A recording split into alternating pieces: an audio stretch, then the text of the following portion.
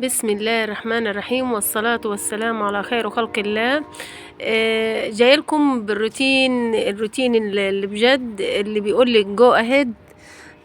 فعلا الروتين بتاعي مختلف عن كل الروتينيات يا جماعة. الروتينيات دي مجرد بس ان هي بس مجرد يعني كسب مشاهدات، ومجرد انك انتي تمني لهم القنوات باللايك والسبسكرايب وكده.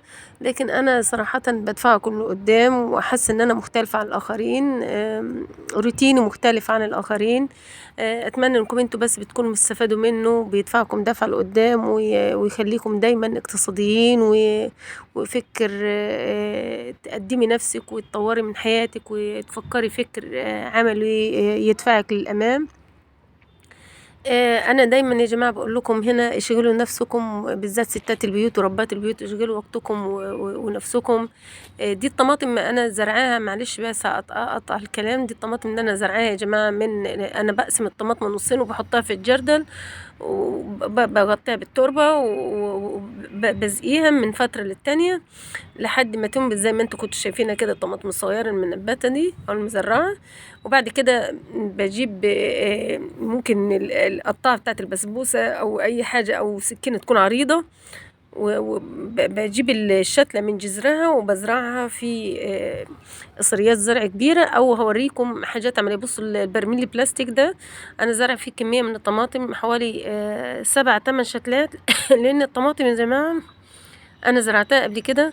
أهم حاجة فيها إنك انت تكوني جايبة لها حاجة غويطة عشان جذورها بتمتد، لان انا زرعتها لقيت الجذور كميه لا حصر لها ولا قوه.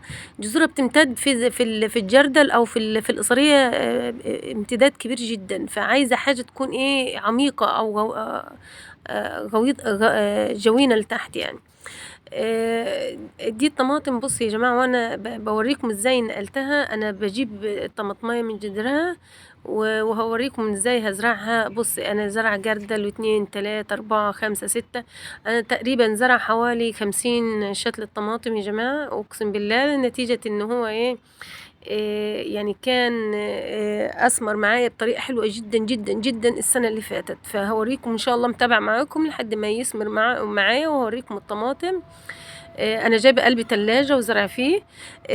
على فكره احب اقول لكم انكم انتوا وحشتوني جدا جدا. معلش يعني اعذروني، انا غبت عنكم فتره طويله لظروف ما يعني خارجه عن ارادتي يعني. دي الطماطم يا جماعه، شايفين وهي صغيره في الحجم ده، وببتدي انقلها في حاجات اعمق. طبعا مش هقول لكم مش اي حد بيرمي البذور بتخضر، ومش اي حد بيراعي بيلاقي الزرع ويقدر. لان طبعا الزرع يا جماعه بصوا كده ما بيحب اللي بيحبه صراحه. يعني لازم تكوني انت بتعشقي الزرع عشان هتلاقي منه نتيجه. مش اي حد هيبذر البذور هتنبت وتقوم وتخضر. لان الحب فقط في الزراعه هو اللي انا بعشق الزرع يعني فعلا. يعني ندمانه اكبر ندم في حياتي ان انا ما دخلتش كليه زراعه يعني.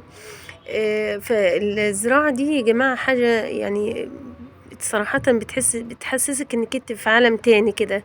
يعني بص البطاطس دي كمية من البطاطس اللي انا زرعاها. ودي طماطم انا زرعه. ده قلب التلاجة اللي انا زرع فيه نص، قلب التلاجة من الداخل يا جماعة.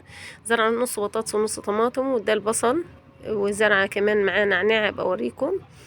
ودي الطماطم، بعض من الطماطم اللي انا زرعاها بدري شوية مزهرة ومنبتة. قد ايه الزراعة بتدي احساس جميل وتعلي من الاحساس وبترهف الاحساس صراحة. يعني بدل النميمة وبدل المشاكل اللي احنا عايشينها، وبدل ما نبص على بعض في الراحة الجاية، احنا عندنا كنوز فوق السطوح منسية. ازرعي خضري كبري واجني واقطفي وصدري يعني وصلت لدرجة ان احنا ممكن نصدر كمان. اقسم بالله انا يعني كنت بغير جدا يا جماعة من الفيديوهات الاوروبية لما الاقيهم عندهم الزراعة فوق الاسطح مزدهرة بطريقة لا يمكن تصوروها. قلت ليه احنا ما بنهتمش بالزراعة زيهم كده؟ فابتديت فعلا يعني انا غيرت منهم، يعني غيرت وغيرت من الاوروبيين في الزراعه، وغيرت من التكنولوجيا اللي هم بيزرعوا بيها. مش تكنولوجيا ولا حاجه قد ما هي ايه، بيراعوا الزراعه بافكار سهله جدا وسهله جدا. هقول لكم ازاي تسمدوا الزرع بتاعكم بعد كده بافكار سهله جدا جدا، وحاجات نرميها في البيت. يعني طلعت ان هي بتخلي عندك الزرع منتج. بصوا والله دي الطماطم وهي صغيره، لكن هو والبتنجان، بصوا البتنجان طبعا انت هنا بنوفر توفير الميزانيه، بتوفري ميزانيه بيتك وعندك دخل شهري، وعندك انتاج اسبوعي ممكن. طب ما احنا نوفر، يعني هل في مانع ان احنا نوفر؟ ما احنا نوفر ونبطل رغي في التليفونات شويه، ونبطل رغي في انتقاد الناس، ونبطل جيب سيره الناس مع بعضنا، ونروح نشوف عندنا كنوز يا جماعه، وعندنا ذهب وياقوت ومرجان زي ما بيقولوا فوق السطح. ممكن تزرعي السطوح كله، ممكن تخضريه، ممكن انتاجك كله وانتاج بيتك وطلباتك كلها تبقى موجودة. زي ما انتم شايفين كده البتنجان مزهر جدا. وكنت زرع فلفل، بس السنة دي المن شوية ضر الفلفل، فانا ان شاء الله هلاقي طريقة ان هو ايه، ان انا السنة الجاية ان شاء الله ازرعه بدون البكتيريا والحشرات دي. فان شاء الله انتظروني في فيديوهات قادمة هوريكم طرق تسميد الزراعة عندك في البيت يا جماعة، بطرق سهلة جدا جدا هتنفعكم وان شاء الله تبهركم. هو ده الروتين اللي بجد اللي يملى الخير ويمد في الحيل ويملى البيت بالخير والبركة.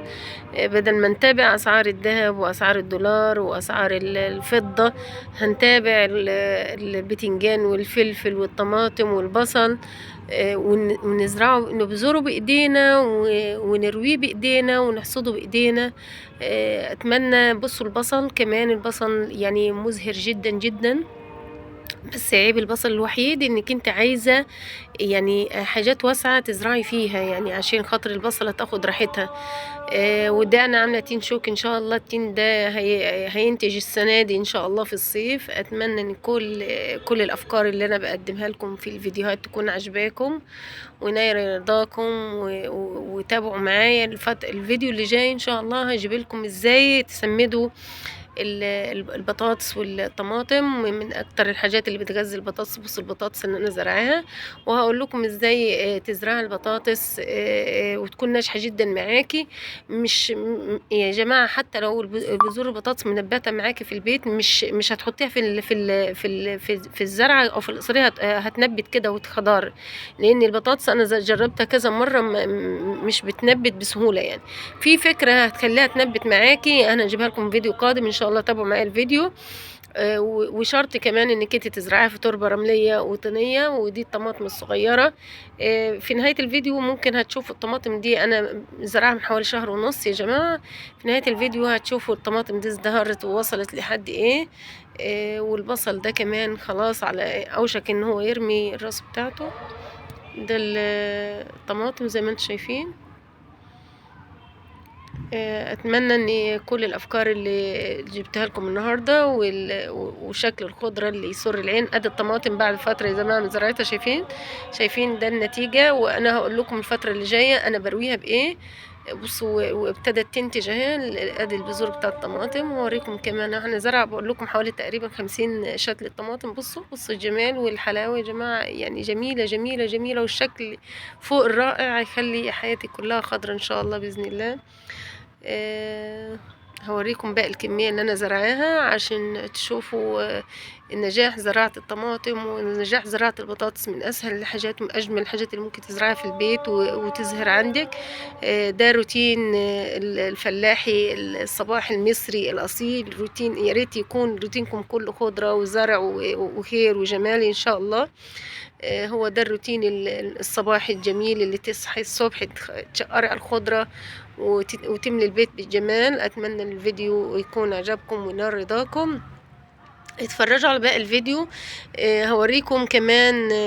يعني انا جايبه لكم هو الفيديو ده مقسمه على شهر ونص. ده متابع لشهر ونص للطماطم والبتنجان والبطاطس اللي انا زرعاها.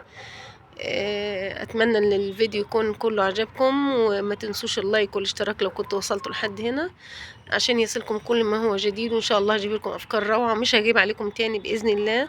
اتمنى الفيديو في نهايه الفيديو لا يسعني الا ان استودعكم في رعايه الله الذي لا تضيع ودائعه. دمتم في حفظ الله وامنه وسلامته.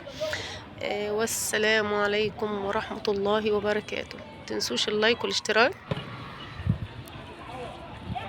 يكتب الكتاب ماشي ولا ماشي.